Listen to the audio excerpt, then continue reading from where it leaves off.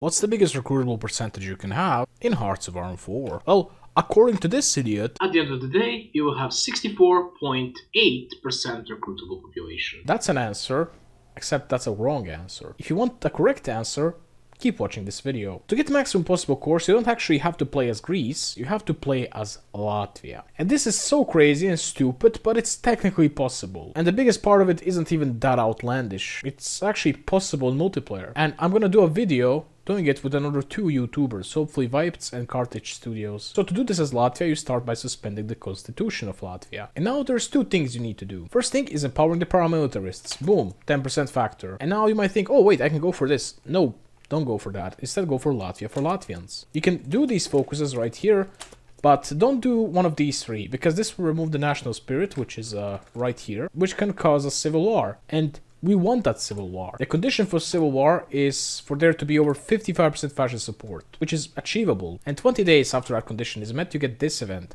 Latvia in Flames. So you have two options. First one is fighting against these fascists. Second one is becoming the fascists. If you become the fascists, nothing changes in the focus tree. You can continue way down this focus tree right here. But if you pick the first option, then all these focuses get incomplete, and instead you finish the sunshines equally. You're also supposed to lose all of these national spirits, except you don't. You lose all of them except for one, and it's this one, fascist paramilitaries, which gives you 20% recruitable population factor and 1% recruitable population. Everything else gets removed. Even if you would somehow, which I don't think is possible, get these national spirits down here, you would lose them. So now in the civil war against fascists, you can defeat them. It's actually possible to stay fascist, I did it in my video. If you want, you can check it out. I uploaded the video either today or yesterday, depending on when this gets out. Anyway, you get access to these focuses right here. The Sunshine Equally itself gives you 5% factor, and this thing removes the Pekronkrusts. While the next focus, Fund the Aijargi, is supposed to give you 10% recruitable population factor, because it modifies this national spirit that you get right here, a Latvian paramilitarists, by another 10%. Except guess what? You already modified that national spirit through this focus right here. So when you finish this one, you actually get another national spirit, Patriotic paramilitaries. So you get 20% factor from this one and another 20% factor from this one, with another 1% recruitable population itself. And that's the most you can get from this part of the focus tree. On the left part of the focus tree, you can get loads, and when I say it, I mean it, loads of recruitable population through Baltic Union. For that you have to renew the constitution of Latvia, which makes you democratic. You then formalize the Baltic Entente, and through a decision here, you can create a faction. Then you have access to this focus tree right here, which gives you some really nice buffs. So the first focus actually gives you national spirit, the Baltic Economic Pact. This focus right here improves the Baltic Economic Pact, and this focus right here gives you Baltic Defense Army. Propose a Baltic Union focus actually deletes these two national spirits and instead merges them into one, called the Baltic Union, as you can see right here. 3% recruitable population factor and some other industrial buffs. You can improve it if you go for united but separate. Now it has even better economic buffs, and you also get 3% recruitable population itself. You can actually stack these. Yeah, that's right.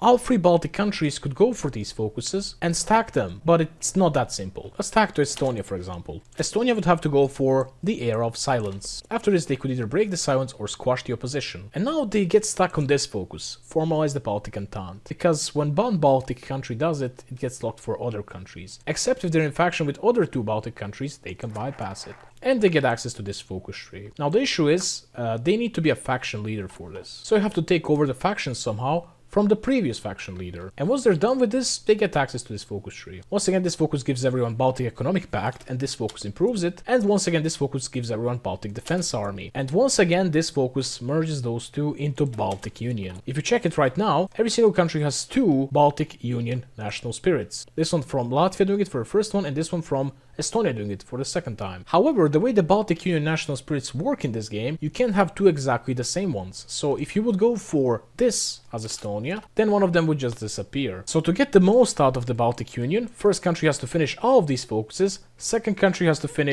propose a Baltic Union and nothing else. Well, they could go for Baltic unification, but there is no point of doing that. Then it's exactly the same story for the third country. They can't formalize the Baltic Entente, but they can bypass it if they're in faction. And if they take over the faction leadership, they get access to these focuses as well. The first one gives everyone Baltic Economic Pact, this focus improves it, and then they can do Baltic Defense Army. And then we see exact same story happen again. Look at this.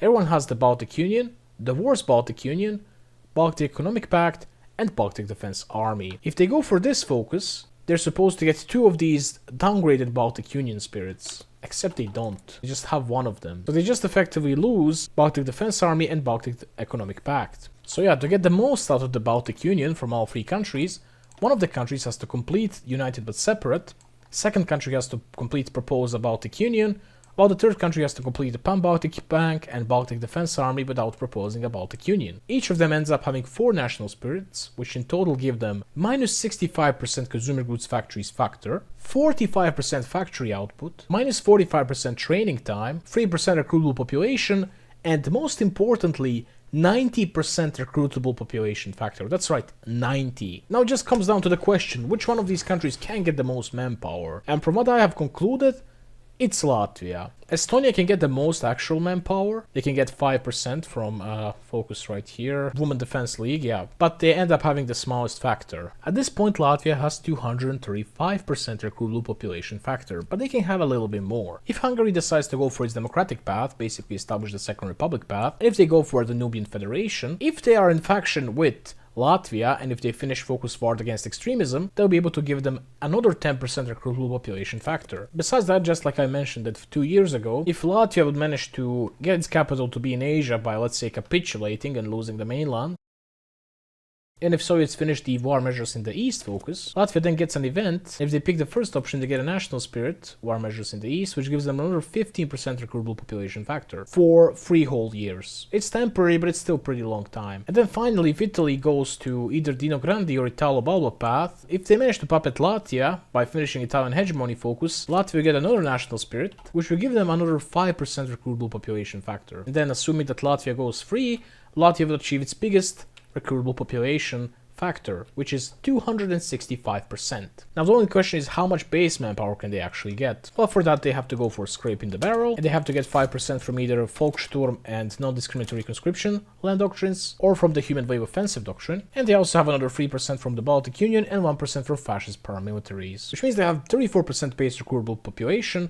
with 265% factor. They'll be able to recruit 90.1% of their population. I'm sure there will be some child soldiers there. Anyway, I hope I didn't miss anything, but honestly, I wish I did. I wish we could find a way to get 100% or over 100%, and I want to know what happens. I mean, it's definitely possible through mods, but having that in vanilla would be the next level. Here we are, that should be it, 90.1%. Yep, if you're wondering how long does it take you to mobilize all that manpower, not that long, 9054, what's that? Come on, like 18 in-game years? And if I manage to core all of Baltics and get them, I have almost 7 million manpower. That number reminds me of something. Oh yeah, let's not pass the opportunity, let's annex the whole world and see what happens. 55 million manpower. Anyway, that answered the question, and if you're still here, why don't you go and check out the video of me playing Latvia? It's interesting, let me tell you that. And bye!